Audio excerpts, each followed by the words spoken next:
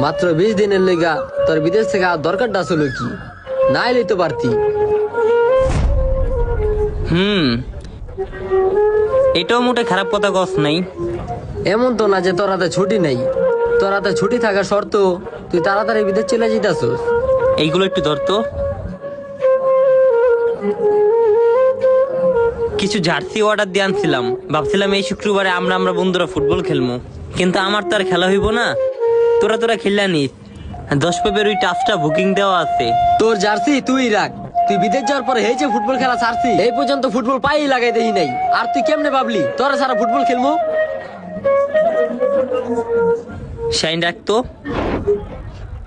তুই চলে যেতেছিস, কলজাটা ছেড়ে যেতেছে, আর তুই কল জার্সি রাখতে। তাতান তুই রাখতো, অগমন ভালো হইলে অগরে দিস। আমার দ্বারা সম্ভব না। আরে তোর টাকাতে জার্সি কিনলাম, টাপ ভাড়া নিলাম, এইগুলা কি হুদ্দে যাইবনি? হয় রে হুদ্দাই যাইবো।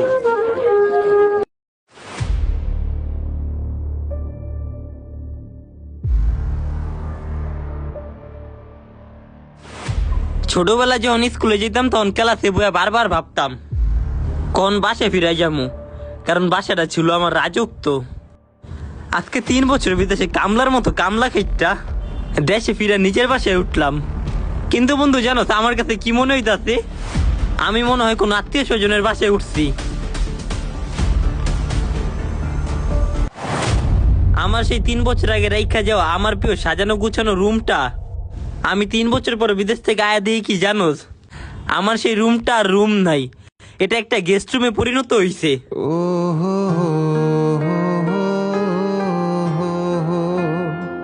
আগে দেশে থাকা অবস্থায় রাত্রে বাসায় ফিরতে দেরি হইলে মায় ফোন দিয়া জিগাইতো, কিরে এত দেরি হইতাছে কেন, বাসায় কখন ফিরবি? বাপে জিগাইতো, এত দেরি হইতাছে কে? ভাই বেড়াদার আত্মীয় স্বজন সকলে জিগাইতো।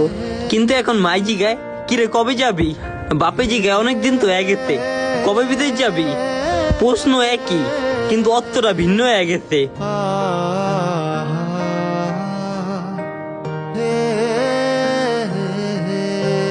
আগে জামা কাপড় গুছিয়ে আলমারিতে সাজিয়ে রাখতাম, কিন্তু এখন আমি বড় হয়ে গেছি, আমার বুদ্ধি হয়ে গেছে দোষ।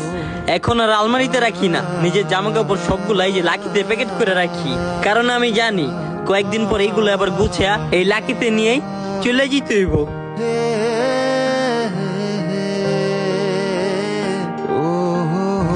দোষ বাংলাদেশটা না খুব সুন্দর একটা দেশ। এই দেখ আমার এনআইডি কার্ড, এই জায়গায় লেখা আছে বাংলাদেশ। তোর কাছে কি মনে হয় আমি বাংলাদেশের নাগরিক?